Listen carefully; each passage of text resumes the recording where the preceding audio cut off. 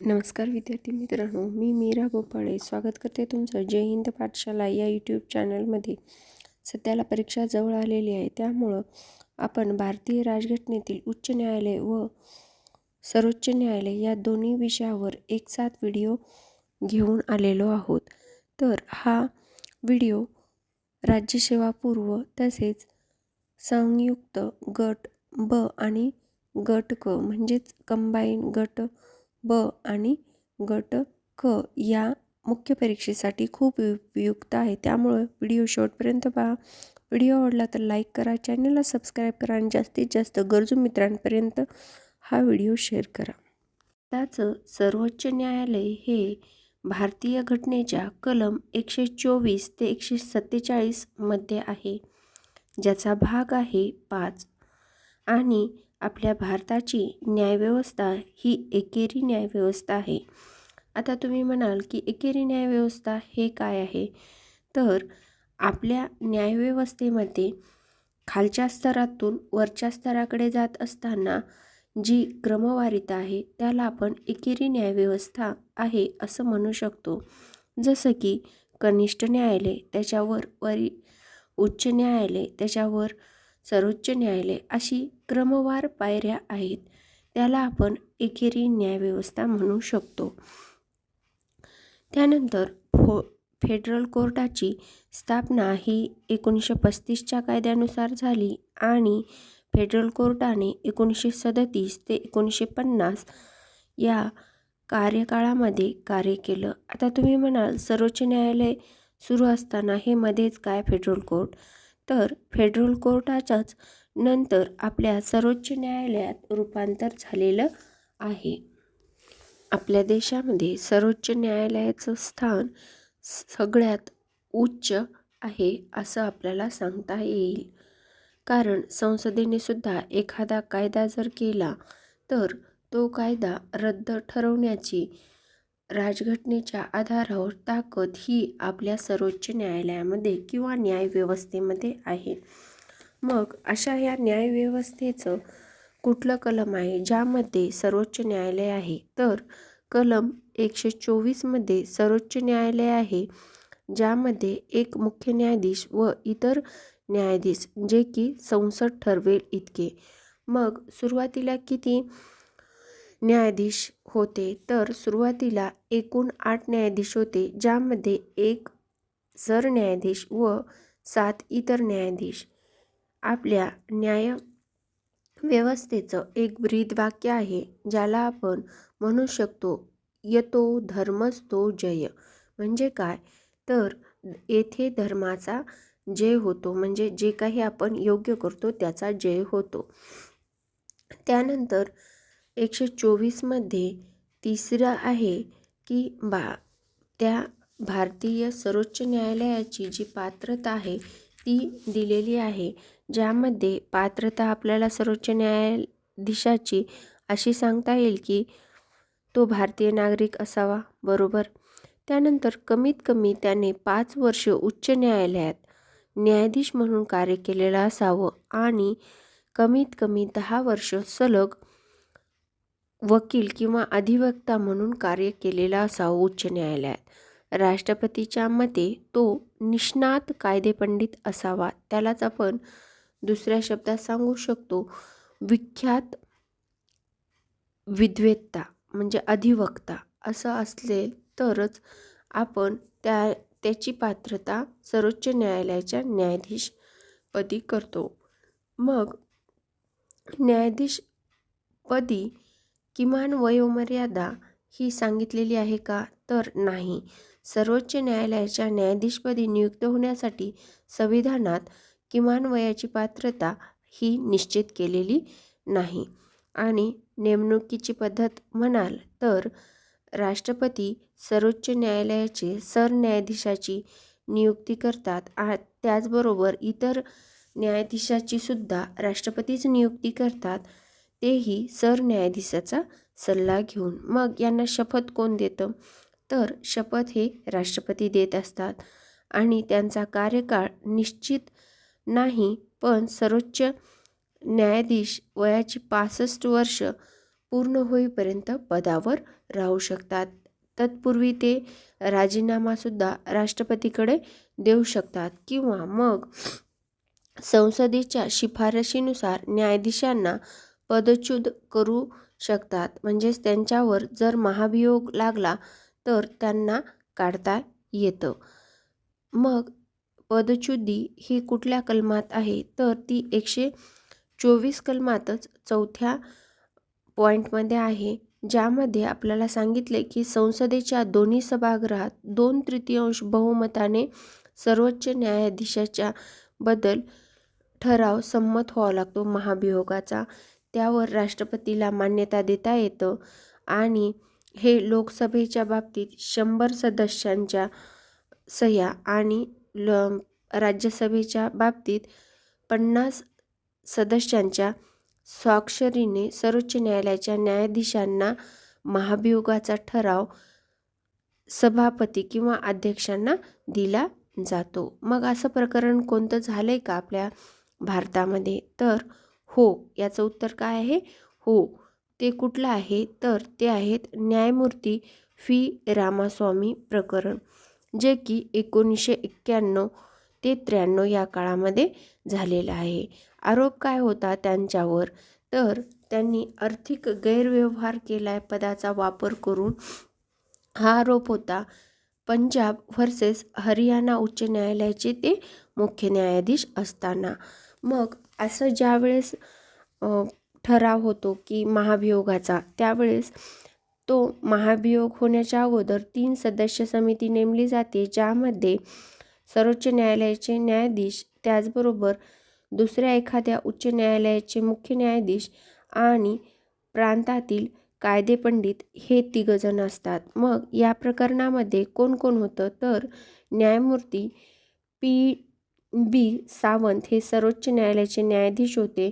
त्यानंतर P.D. देशमुख हे मुंबई न्यायालयाचे मुख्य न्यायाधीश होते आणि O. चिन्नप्पा रेड्डी हे प्रख्यात कायदेपंडित म्हणून एक समिती 3 सदस्यांची स्थापन केली आणि या समितीनं फी रामास्वामी यांना दोषी ठरवलं. पण ज्यावेळेस संसदेत यामध्ये मतदान घेतलं गेलं त्यावेळा मतदानाचा अभावे हा प्रस्ताव मंजूर होऊ शकला नाही, त्यामुळं हा तिथेच खारिज केला. आपल्याला असं सांगता येईल की फी रामास्वामी हे भारतातील आजपर्यंतचे पहिले न्यायाधीश होते ज्यांच्यावर महाभियोग प्रक्रियेतून पदच्युती झालेली नाही किंवा निवृत्ती झालेली नाही. त्यानंतर संसद न्यायाधीशाची सदस्य संख्या ठरवत असते, हे मी पूर्वीच सांगितले. त्याचबरोबर हे कुठल्या अधिनियमात आहेत तर ते सर्वोच्च न्यायालयाचा अधिनियम 1956 मध्ये दिलेलं आहे न्यायमूर्तीची संख्या. आता आपण 125 कलमाकडे वळूया. तत्पूर्वी जर एक महत्त्वाची सूचना, तुम्हाला व्हिडिओ आवडत असतील तर चॅनलला आजच सबस्क्राईब करा. जास्तीत जास्त गरजू मित्रांपर्यंत हा शेअर करा व्हिडिओ. आणि हो, व्हिडिओ आवडल्यास लाईक करायला मात्र विसरू नका किंवा कंजूशी करू नका. चला तर मग जाऊया कलम 125 कडे. आणि हो, महत्त्वाचं म्हणजे ह्या सर्व नोट्स तुमच्या वहीत लिहून घ्या व त्याचं रिव्हिजन करा. कलम 125 मध्ये वेतन व भत्ते आहेत, ज्यामध्ये संसद कायदा करून निवृत्तीनंतर त्यांना नुकसानकारक होईल अशा प्रकारे वेतन भत्ते निवृत्ती वेतन यात बदल करता येणार नाही स्पष्ट सांगितले. आणि यांचे वेतन आणि भत्ते सर्वोच्च न्यायालयाचे हे संचित निधीतून दिले जातात. त्याचबरोबर ज्यावेळेस आर्थिक आणीबाणीचा काळ येईल किंवा आर्थिक आणीबाणीच्या काळामध्ये राष्ट्रपती त्यांचे वेतन आणि भत्त्यात कपात करू शकतात. ह्या गोष्टी लक्षात ठेवायच्या, कारण यावर अयोग प्रश्न विचारू शकतो. यानंतर न्यायालयात कुठली कामकाजाची भाषा आहे तर आपल्या न्यायालयात कामकाजाची भाषा ही इंग्रजी आहे आणि तिचं कलम आहे 348. मग कायदा करून ही भाषा बदलली जाऊ शकते का तर हो, कायदा करून ही भाषा बदलली जाऊ शकते. आणि आता काय केलंय तर सध्या कामकाजाची भाषा जरी इंग्रजी असली तरी काही राज्यांमध्ये ते हिंदीतून ट्रान्सलेटरसुद्धा ठेवलेले आहेत आणि ही कामकाज भाषा कुठल्या भागाशी संबंधित आहे तर हे आहे कलम 17 या भागाशी कामकाजाची भाषा संबंधित आहे. यानंतर कलम 126. कलम 126 मध्ये न्यायाधीशाच्या अनुपस्थित राष्ट्रपती प्रभारी सरन्यायाधीश नियुक्त करू शकतात किंवा ज्या वेळेस सर्वोच्च न्यायालयाचे सरन्यायाधीश असतात जे सुट्टीवर असतात किंवा त्यांना काही अडचणी येतात त्यावेळेस राष्ट्रपती ह्या सरन्यायाधीशाची नियुक्ती करत असतात. त्यानंतर कलम 127 ज्यामध्ये सर्वोच्च न्यायालयात तथार्थ न्यायाधीशाची नियुक्ती करतात. मग ती कोण करतात? तात्पुरत्या. तथार्थ म्हणजे काय? तात्पुरत्या.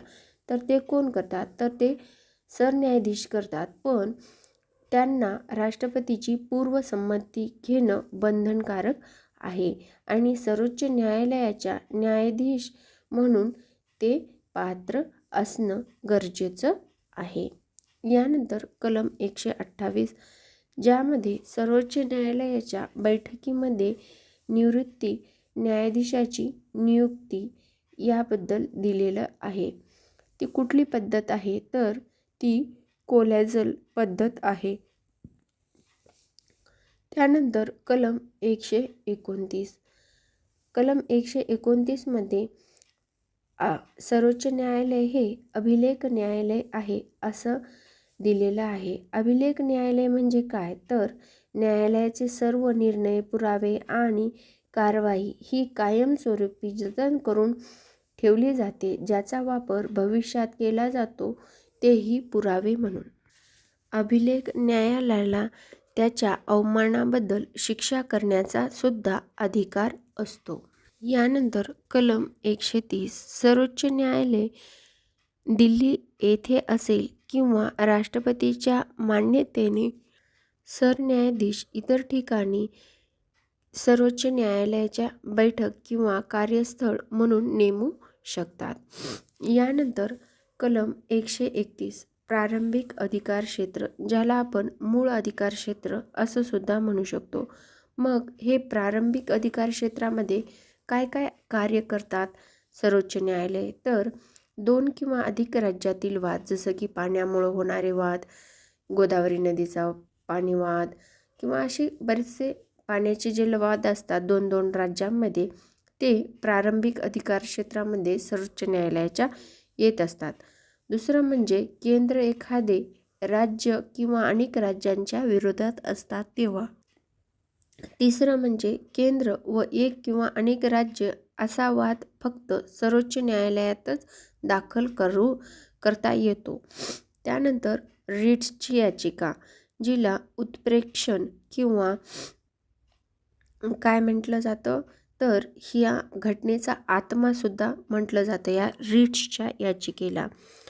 या रिट्सच्या याचिकेचं सर्वोच्च न्यायालयाचं कलम आहे 139.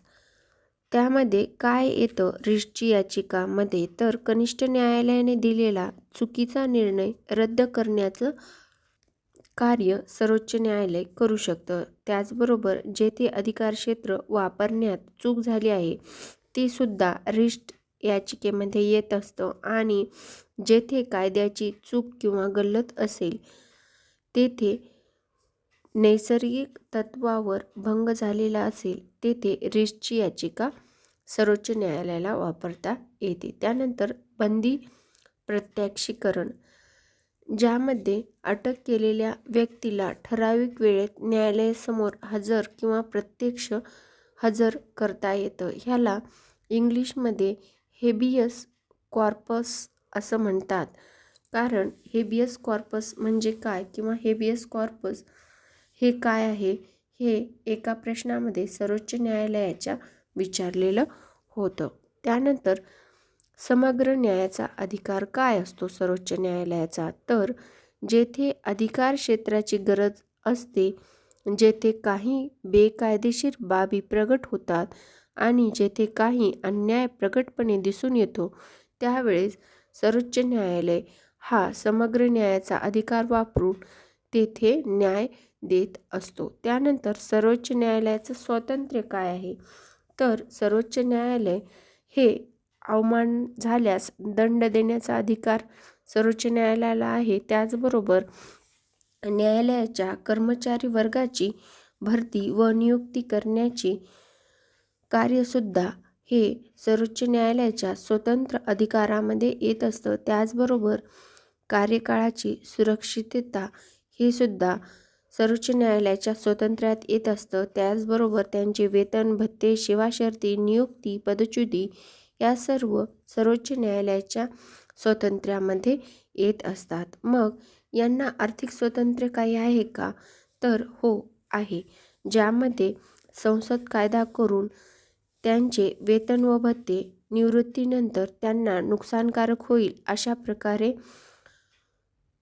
काहीही बदल करू शकत नाही. त्याचबरोबर हा खर्च संचित निधीतून केला जातो आणि आर्थिक आणीबाणीच्या काळात मात्र राष्ट्रपती त्यांच्या वेतन भत्त्यात कपात करू शकतात. ही मात्र गोष्ट आहे. यानंतर न्यायिक नियुक्ती आयोग किंवा राष्ट्रीय न्यायिक नियुक्ती आयोग काय आहे? तर भारताचे मुख्य न्यायाधीश त्याचबरोबर इतर भारताचे 2 ज्येष्ठतम न्यायाधीश हे मुख्य राष्ट्रीय न्यायिक नियुक्ती आयोगात येत असतात. त्याचबरोबर न्यायमूर्तीच्या खालोखाल जे असतात ते सुद्धा राष्ट्रीय न्यायिक नियुक्ती आयोगामध्ये येतात.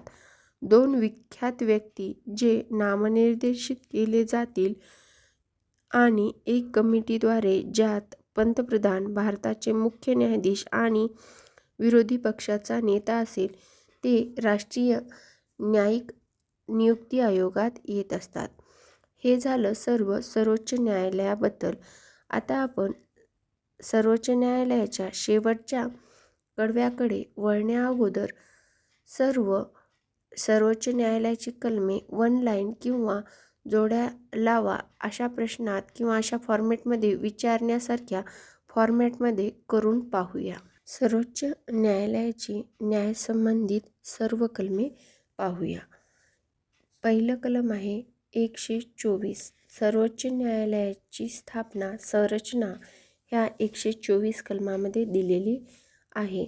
124A जे की राष्ट्रीय न्यायिक नियुक्ती आयोग म्हणून आहे, जो सध्याला रद्द केलेला आहे. त्यानंतर 124B आयोगाचे कार्य हे सुद्धा रद्द करण्यात आलेलं आहे कलम. त्यानंतर 125 कलम ज्यामध्ये न्यायाधीशाचे वेतन इत्यादी दिलेलं आहे. त्यानंतर कलम 126 ज्यामध्ये प्रभारी सरन्यायाधीशाची नियुक्ती आहे. त्यानंतर कलम 127 ज्यामध्ये हंगामी न्यायाधीशाची नियुक्ती दिलेली आहे. त्यानंतर कलम 128 ज्यामध्ये सर्वोच्च न्यायालय कामकाजामध्ये निवृत्ती न्यायाधीशाची उपस्थिती दिलेली आहे. त्यानंतर कलम 129 ज्यामध्ये सर्वोच्च न्यायालय हे अभिलेख न्यायालय आहे असं सांगितलेलं आहे. त्यानंतर कलम 130 हे सर्वोच्च न्यायालयाचे ठिकाण कुठे ठेवायचं काय नाही ह्याबद्दल आहे. त्यानंतर कलम 131 हे सर्वोच्च न्यायालयाचे प्रारंभिक अधिकार क्षेत्र यामध्ये दिलेले आहेत. त्यानंतर कलम 131A ज्यामध्ये केंद्रीय कायद्याच्या घटनात्मक वैधतेबद्दल केवळ सर्वोच्च न्यायालयाचे अधिकार क्षेत्र आहे असं सांगितलेलं आहे. ते सुद्धा कलम रद्द झालेलं आहे. त्यानंतर कलम 132 काही बाबतीत उच्च न्यायालयाच्या निर्णयाबाबत सर्वोच्च न्यायालयाचे पुनर्विचाराचे अधिकार क्षेत्र आहेत. कलम 133 ज्यामध्ये सर्वोच्च न्यायालयाचे दिवाणी प्रक्रियेसंबंधी अपीलीचे अधिकार क्षेत्र आहे. त्यानंतर कलम 134 ज्यामध्ये सर्वोच्च न्यायालय हे फौजदारी प्रक्रियेसंबंधी अपील क्षेत्र आहे. त्यानंतर कलम 135 ज्यामध्ये सध्याच्या कायद्यानुसार संघराज्यीय न्यायालय असलेले अधिकार क्षेत्र व अधिकार सर्वोच्च न्यायालयाकडे आहेत. त्यानंतर कलम 136 ज्यामध्ये सर्वोच्च न्यायालयाच्या अपिलीचे विशेष अनुज्ञा किंवा विशेष पुनर्विचार अधिकार दिलेले आहेत. त्यानंतर कलम 137 ज्यामध्ये सर्वोच्च न्यायालय यांचे मूळ अधिकाराचे पुनर्विलोकन हे 137 कलमामध्ये दिलेले आहे. त्यानंतर 138 कलम सर्वोच्च न्यायालयाच्या अधिकार क्षेत्राचा विस्तार दिलेला आहे. त्यानंतर कलम 139 ज्यामध्ये काही रिट्सचे अधिकार किंवा त्याला आपण असं म्हणू शकतो रिट्स प्राधिलेख देण्याचे सर्वोच्च न्यायालयाचे अधिकार आहेत. त्यानंतर 139A काही खटले वर्ग करणे यामध्ये दिलेला आहे. तर 140 मध्ये सर्वोच्च न्यायालयाचे अनुषंगिक अधिकार दिलेले आहेत.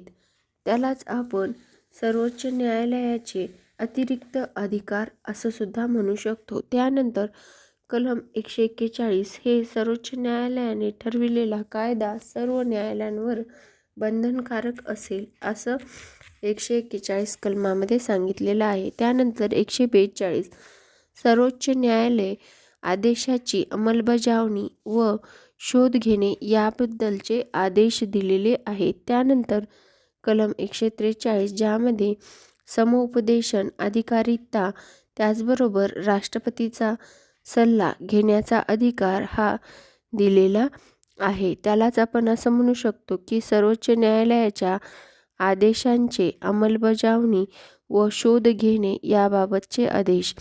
त्यानंतर कलम 144 न्यायिक व नागरी अधिकारी सर्वोच्च न्यायालयाच्या सहाय्यकार्थ काम करणे. त्यानंतर 145 कलम आहे न्यायालयाचे नियम इत्यादी. 146 कलम आहे सर्वोच्च न्यायालयाचे अधिकार कर्मचारी आणि खर्च. त्यानंतर 147 आहे अर्थ लावणे. भाग 6 मध्ये कलम 214 ते 231 मध्ये उच्च न्यायालय नमूद केलेलं आहे. त्यामध्ये न्यायालयाची संरचना, स्वातंत्र्य, अधिकार क्षेत्र, अधिकार प्रक्रिया इत्यादी नमूद केलेलं आहे. मग स्वातंत्र्यपूर्व काळामध्ये काय काय होतं उच्च न्यायालयाबद्दल आपण पाहूया. तर स्वातंत्र्यपूर्व काळामध्ये सर्वात जुनी असं न्यायालय म्हटलं तर 1862 मध्ये कलकत्ता, मुंबई, मद्रास अशी 3 न्यायालय स्थापन झाली आणि 1866 मध्ये अलाहाबाद येथे 4थं न्यायालय स्थापन झालं. कालौघात ब्रिटिश भारतातील प्रत्येक राज्यात एक उच्च न्यायालय स्थापन झालं. त्यानंतर 1950 नंतर जेव्हा आपला भारत देश स्वतंत्र झाला तेव्हा जे प्रांतामध्ये असलेले उच्च न्यायालय होते ते त्या प्रांताचे उच्च न्यायालय बनले आणि प्रत्येक राज्यात उच्च न्यायालय असेल असे भारतीय राज्यघटनेत म्हटले.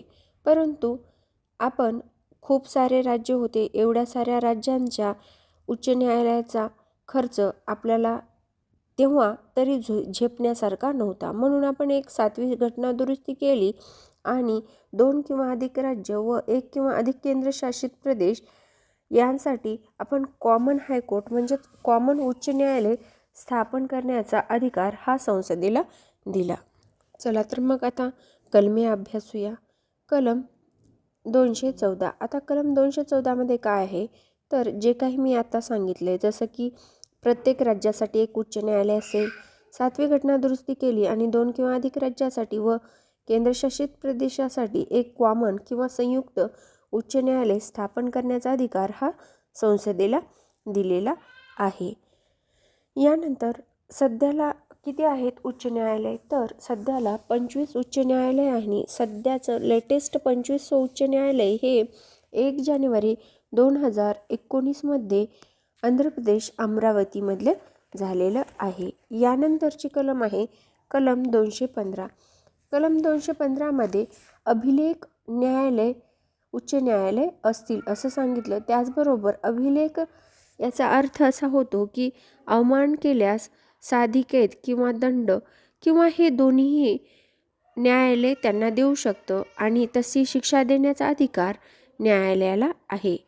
यानंतर कलम 216. आता 216मध्ये काय आहे कलम, तर न्यायालयाची रचना तसेच एक मुख्य न्यायाधीश व राष्ट्रपती आवश्यक वाटतील तितके अन्य न्यायाधीश उच्च न्यायालयात नियुक्त करतील अशी तरतूद कलम 216मध्ये आहे. यानंतर कलम 217. न्यायाधीशाची नियुक्ती राष्ट्रपतीमार्फत केली जाईल. मग त्याच्यासाठी सरन्यायाधीश तसेच राज्यपाल यांचा विचार घेतला जाईल व अन्य न्यायाधीशाची नेमणूक करताना सरन्यायाधीश, राज्यपाल आणि उच्च न्यायालयाचे मुख्य न्यायाधीश यांचा विचार घेऊन राष्ट्रपतीमार्फतच होईल. मग कलम 217मध्ये एवढंच दिले का की नियुक्ती, तर नाही. कलम 217मध्ये त्यांची पात्रतासुद्धा दिलेली आहे उच्च न्यायालयाच्या न्यायाधीशाची. तर ती पात्रता काय आहे, तर भारतीय नागरिक असायला पाहिजे, बरोबर. त्यानंतर भारतीय न्यायालयात किमान 10 वर्ष न्यायिक पदावर घातले पाहिजे. एक किंवा अधिक उच्च न्यायालयात मिळून त्यांनी कमाल 10 वर्ष वकिली केली पाहिजे. ही उच्च न्यायालयाच्या न्यायाधीशाची पात्रता कलम 217(2) दिलेली आहे. महत्त्वाचं म्हणजे संविधानात किमान वयाची पात्रता निश्चित केलेली नाही. तसेच निष्णात कायदेपंडित ही देखील उच्च न्यायालयाबरोबर अट नाही आहे. ही गोष्ट महत्त्वाची आहे, कारण याच गोष्टीवर आयोग फसवत असतो. त्याचबरोबर 217(1) कलमांतर्गत कार्यकाळसुद्धा दिलेला आहे. तर उच्च न्यायालयाचा न्यायाधीश हा 62 वर्ष न्यायिक पदावर काम करू शकतो आणि हे 15वी घटनादुरुस्ती करून 60 वरून 62 वयोमर्यादा वाढवलेली आहे. मग त्यांची पदमुक्ती कशी होते, तर पदमुक्ती त्यांची गैरवर्तणूक किंवा अकार्यक्षमता यात दोषी आढळल्यास उच्च न्यायालयाचे न्यायाधीश पदमुक्त होतात किंवा महाभियोग लागून त्यांना पदावरून काढतात. मग न्यायाधीशाची चौकशी कायदा 1968 अंतर्गत त्यांना महाभियोग लागत असतो.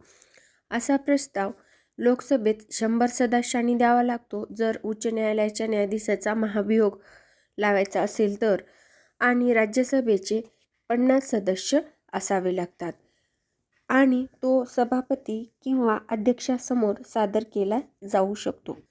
मग असा महाभियोग कुठल्या उच्च न्यायालयाच्या न्यायाधीशावर लागलेला आहे का, तर याचं उत्तर आहे हो. राज्यसभेने कोलकाता उच्च न्यायालयाचे मुख्य न्यायाधीश सौमित्र सेन यांच्याविरुद्ध महाभियोग खटला चालवला होता. कोणी, तर राज्यसभेने. ही गोष्ट सुद्धा लक्षात ठेवायची. राज्यसभेचे किती सदस्य महाभियोग प्रस्ताव सादर करू शकतात, तर ते किमान 50 तरी सदस्य हवेत आणि लोकसभेत 100 सदस्य. मग त्यांच्यावर काय आरोप होते, तर जेव्हा ते न्यायाधीश होण्यापूर्वी वकील असताना न्यायालयाद्वारे नियुक्त रिसिव्हर म्हणून कार्य करायचे आणि त्यावेळेस त्यांनी सार्वजनिक निधीचा गैरवापर केला असं निर्देशात आलं होतं आणि राज्यसभेने 2/3 बहुमताने त्यांच्या विरुद्ध महाभियोग ठराव मंजूरसुद्धा केलेला होता. पण न्यायमूर्ती सौमित्र सेन यांनी आपला राजीनामा स्वतःहून दिला आणि तिथेच ही महाभियोग प्रक्रिया थांबली. ही गोष्ट लक्षात ठेवायची.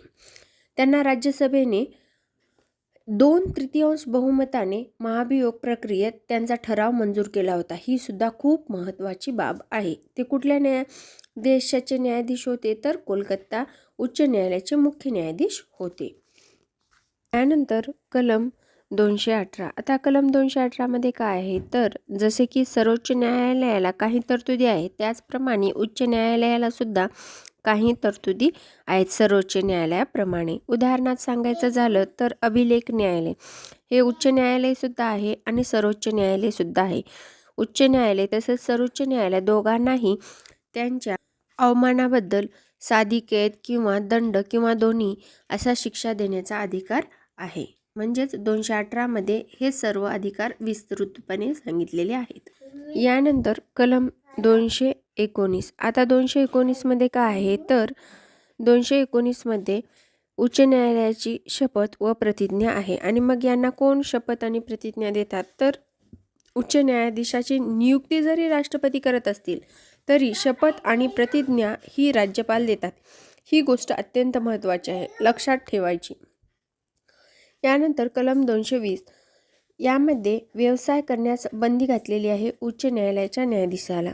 कलम 220 अंतर्गत व्यवसाय करण्यास तर उच्च न्यायालयाच्या न्यायाधीशाला बंदी घातलेली आहे. पण काही अपवादसुद्धा आहेत, जसं की उच्च न्यायालयाचे न्यायाधीश सर्वोच्च न्यायालयात वकिली करू शकतात. त्याचबरोबर ते ज्या उच्च न्यायालयात कायमस्वरूपी वकील नाहीत किंवा दुसरं ज्या न्यायालयात ते कायमस्वरूपी वकील म्हणून कार्य केले नाही त्या उच्च न्यायालयात सुद्धा ते वकिली करू शकतात. यामुळं काय होतं तर त्यांच्या अनुभवाचा फायदा पुढील उपयोगासाठी होत असतो. यानंतर कलम 221. आता 221मध्ये त्यांचे वेतन व भत्ते दिलेत. संबंधित राज्याच्या एकत्रित संचित निधीतून राज्याच्या संचित निधीतून जे राज्यामध्ये ते उच्च न्यायालयात काम करतात कार्यरत आहेत म्हणजे संबंधित उच्च न्यायालयाच्या संचित निधीतून त्यांना वेतन भेटलं जातं. पण नियुक्ती वेतन हे राज्यांवर डिपेंड आहे का तर नाही. ते निवृत्ती वेतन हे देशाच्या संचित निधीतून दिलं जाते. ही गोष्ट लक्षात ठेवायची. आर्थिक आणीबाणी आल्यास कपात करू शकतात राष्ट्रपती त्यांच्या वेतन व भत्त्यामध्ये. त्याचबरोबर निवृत्ती वेतन भारताच्या संचित निधीतून दिले जाते. कारण काय आहे तर उच्च न्यायालय हे न्यायाधीश हे वेगवेगळ्या राज्यात काम करतात, त्यामुळं त्यांचं निवृत्ती वेतन हे भारताच्या संचित निधीतून दिलं जातं. यानंतर कलम 222. आता 222मध्ये काय दिलेलं आहे तर न्यायाधीशाची बदली दिलेली आहे. ही राष्ट्रपती करत असतात न्यायाधीशाची बदली आणि ते सरन्यायाधीशाची विचारविनिमय करून त्या म्हणजे एका उच्च न्यायालयातून दुसऱ्या उच्च न्यायालयात न्यायाधीशाची बदली करत असतात. यानंतर कलम 223. आता कलम 223 काय आहे तर कलम 223 हे हंगामी मुख्य न्यायाधीशाची नियुक्तीबद्दलचा आहे आणि जेव्हा उच्च न्यायालय किंवा मुख्य न्यायाधीशाचे पद रिक्त असते किंवा काही कारणास्तव ते अनुपस्थित राहतात किंवा कर्तव्याचं पालन करू शकण्यास असमर्थ असतात तेव्हा राष्ट्रपती हंगामी न्यायाधीश म्हणून नेमतात. आणि हो, एक महत्त्वाची गोष्ट म्हणजे जी 220 कलम आहे ती कायमस्वरूपी न्यायाधीशांसाठीच लागू होत असते. यानंतर कलम 224. कलम 224 अंतर्गत अतिरिक्त व हंगामी न्यायाधीशाची नेमणूक राष्ट्रपती 2 वर्षाकरिता किंवा त्यापेक्षा कमी काळासाठी करू शकतात. त्यामध्येच 224A मध्येच निवृत्ती न्यायाधीशाची नेमणूक ते अतिरिक्त व हंगामी न्यायाधीश म्हणून करू शकतात. ही 15वी घटना दुरुस्ती करून 8 टाकलेली आहे. त्याचबरोबर राष्ट्रपतीच्या पूर्वसंमतीने राज्याच्या उच्च न्यायाधीशाची मुख्य न्यायाधीशामार्फत सुद्धा नियुक्ती होत असते. यानंतर कलम 225. आता कलम 225मध्ये काय आहे तर कलम 225मध्ये उच्च न्यायालयाचे अधिकार आहेत. ते कुठले कुठले आहेत तर प्रारंभिक अधिकार, त्यानंतर आदेशचे अधिकार, अपिलीचे अधिकार, पर्यवेक्षणाचे अधिकार, दुय्यम न्यायालयावर नियंत्रण ठेवण्याचे अधिकार, अभिलेख नोंदीचे अधिकार, त्याचबरोबर न्यायिक पुनर्लोकनाचे अधिकार असे वेगवेगळे अधिकार कलम 225मध्ये दिलेले आहेत. त्यापैकी आपण आता प्रारंभिक अधिकार सविस्तर पाहूया. आता प्रारंभिक अधिकारामध्ये काय आहे तर प्रारंभिक अधिकारामध्ये समुद्र किंवा जहाजाशी संबंधित जी काही प्रकरणं येत असतील ती प्रारंभिक अधिकारामध्ये येतील उच्च न्यायालयाच्या. त्याचबरोबर इच्छापत्र, विवाह, घटस्फोट, कंपनी कायदे, न्यायालयाचा अवमान हे काय आहे तर प्रारंभिक किंवा मूळ अधिकार आहे क्षेत्रामध्ये येणारे खटले आहेत. त्याचबरोबर महसूल संचालनाबाबत कृतीबदल आणि संसद किंवा विधिमंडळाच्या सदस्याची निवडणूक विवाद, त्याचबरोबर नागरिकांच्या मूलभूत हक्काची अंमलबजावणी जे काही आहे ती प्रारंभिक मूळ अधिकारामध्ये येत असते. यानंतर कलम 226. हे कलम खूप महत्त्वाचं आहे कारण याच कलमाने रिटचे आदेश म्हणजे जे काही मी वरचे अधिकार सांगितले त्यापैकी बऱ्यापैकी अधिकार या रिट्स कलमाअंतर्गत येतात. रिट्स आदेश देण्याचा उच्च न्यायालयाचा अधिकार हा सर्वोच्च न्यायालयापेक्षा अधिक व्यापक आहे, ज्यामध्ये पहिला येतो बंदी प्रत्यक्षीकरण. आता हे बंदी प्रत्यक्षीकरण काय आहे, तर देहाने हजर करा असं आहे. जर पोलिसांनी किंवा कोणत्याही व्यक्तीने एखाद्या बेकायदेशीरपणे अडकून ठेवले असेल तर न्यायालयात असा आदेश काढू शकतो की त्या अडकवलेल्या व्यक्तीला तत्काळ न्यायालयासमोर हजर करा, जेणेकरून त्याला का पकडले आहे हे तपासता येईल. म्हणजेच काय, शासकीय पदाधिकाऱ्याबरोबर खाजगी व्यक्तींनाही हा अधिकार बजावता येतो. यानंतर दुसरा रिटचा अधिकार आहे परमादेश. परमादेश म्हणजे काय, तर आम्ही आज्ञा देतो. आम्ही आज्ञा देतो म्हणजे नेमकं काय, तर जेव्हा एखादा सरकारी अधिकार किंवा संस्था आपले कर्तव्य पार पाडत नसेल, तर लोकांचे नुकसान होत असेल ज्यामुळे, तेव्हा न्यायालय त्यांना त्यांचे काम करण्यासाठी, सक्ती करण्यासाठी हा परमादेश काढू शकतो. त्यानंतर उत्प्रेक्षा. आता ही उत्प्रेक्षा काय आहे, तर उत्प्रेक्षण म्हणजे माहिती देणे किंवा माहिती मागवणे किंवा रद्द करणे, ह्या सगळ्या गोष्टी उत्प्रेक्षण ह्या रिटच्या कायद्यामध्ये येतात. म्हणजे काय आहे नेमकं, तर जेव्हा एखाद्या खालच्या न्यायालयाने, उदाहरणार्थ जिल्हा न्यायालय असेल, आपले अधिकार बाहेर जाऊन चुकीचा निकाल दिला असेल, तेव्हा उच्च न्यायालय तो निकाल रद्द करण्यासाठी किंवा ती फाईल आपल्याकडे मागून घेण्यासाठी हा आदेश काढू शकते. त्यानंतर प्रतिषेध म्हणजे मनाई करणे किंवा थांबवणे. मग काय आहे हे, तर जर खालच्या न्यायालय अशा एखाद्या केसवर सुनावणी करत असेल जी त्यांच्या अधिकारात येत नाही, तर वरचे न्यायालय त्यांना ती कारवाई सुरू करताच थांबवतात आणि थांबून सांगून उत्प्रेक्षेच्या आधीची पायरी म्हणून आपण प्रतिषेध ह्या अधिकाराला ओळखत असतो आणि ती फाईल उत्प्रेक्षा अंतर्गत आपल्याकडे मागून घेतात. यानंतर पुढची पायरी आहे अधिकार पृच्छ. आता अधिकार पृच्छ काय आहे, तर तुमचा अधिकार काय आहे. जर एखादी व्यक्ती बेकायदेशीरपणे एखाद्या सरकारी पदावर बसली असेल, तर न्यायालय तिला विचारते की तुम्ही कोणत्या अधिकाराने या खुर्चीवर बसला आहात. जर उत्तर समाधानकारक नसेल, तर त्या व्यक्तीला ते पद सोडावे लागते. कलम 227. आता हे कलम काय आहे, तर पर्यवेक्षणाचे अधिकार आहेत. म्हणजेच काय, या कलमामध्ये देखरेख आणि नियंत्रण. देखरेख आणि नियंत्रण कशाचं करणार, तर उच्च न्यायालय हे कनिष्ठ न्यायालयाकडून माहिती किंवा अहवाल मागू शकतं. त्याचबरोबर त्यांचे नियम बनवणं. म्हणजेच काय, तर कनिष्ठ न्यायालयाचे कामकाज कसे चालावे यासाठी नियम व मार्गदर्शन करणं. त्याचबरोबर न्यायालयातील दस्तऐवज, पुस्तके आणि खाती कशा प्रकारे ठेवली जावीत याचे स्वरूप उच्च न्यायालय ठरवू शकतं. त्याचबरोबर प्रकरणाचे हस्तांतरण म्हणजे गरज पडल्यास उच्च न्यायालय हे कनिष्ठ न्यायालयातील एखादे प्रकरण स्वतःकडे घेऊ शकतो किंवा दुसऱ्या न्यायालयाकडे वर्ग करू शकतो. हे कलम 227 नुसार पर्यवेक्षणाचे अधिकार उच्च न्यायालयाला आहेत. यानंतर कलम 228. या कलमामध्ये अधिकार कक्षेतील दुय्यम कोर्टातील दावे स्वतःकडे वर्ग करण्याचा उच्च न्यायालयाचा अधिकार दिलेला आहे.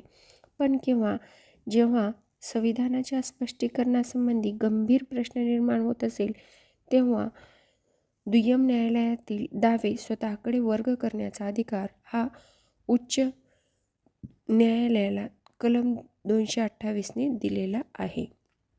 यानंतर कलम 229.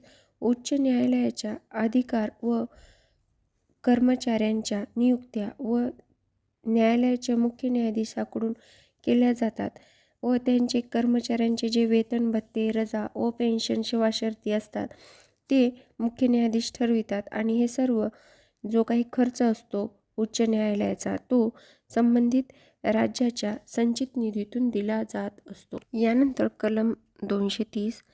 230 मध्ये संघराज्य किंवा संघराज्य प्रदेशातील उच्च न्यायालय हे अधिकार क्षेत्र लागू करणे. म्हणजे काय, तर केंद्रशासित प्रदेशांना स्वतंत्र उच्च न्यायालय स्थापन न करता जवळच्या राज्याच्या उच्च न्यायालयाकडून त्यांना न्याय मिळवून देणं, हेच या कलमामध्ये सांगितलेलं आहे. यानंतर कलम 235. हे सुद्धा खूप महत्त्वपूर्ण कलम आहे, जे की उच्च न्यायालयाला दुय्यम न्यायालयावर अंकुश ठेवण्याचा अधिकार देत असतो.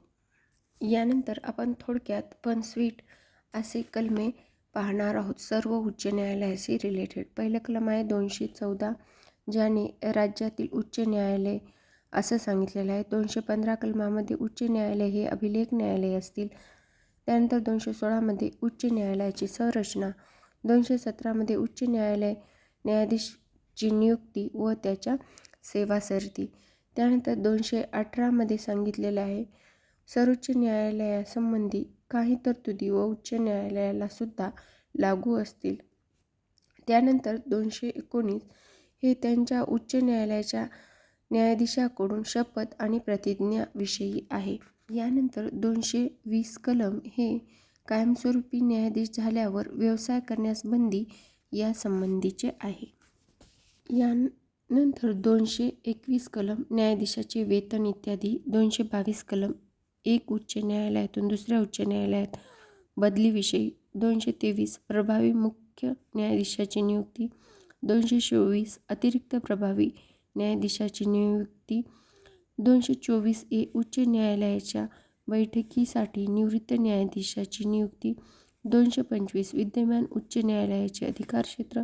226 काही आदेश जारी करण्याचे उच्च न्यायालयाचे अधिकार, त्यालाच आपण रिट्सचे आदेश म्हणू शकतो. 226 अंतर्गत केंद्रीय कायद्याच्या घटनात्मक विधेयकावर विचारविनिमय नाही असं होतं, पण ते आता रद्द झालेलं आहे.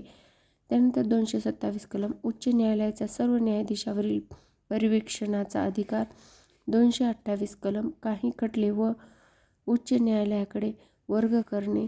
त्यानंतर 229 कलम हे उच्च न्यायालयाचे अधिकार, कर्मचारी आणि खर्च यासंबंधी आहे. 230 कलम संघराज्य क्षेत्रांना म्हणजेच युनियन टेरिटरीजला उच्च न्यायालयाचे अधिकारक्षेत्र लागू करणे आहे. त्याचबरोबर 231 कलम हे 2 किंवा अधिक राज्यासाठी संयुक्त उच्च न्यायालय स्थापन करणे आहे.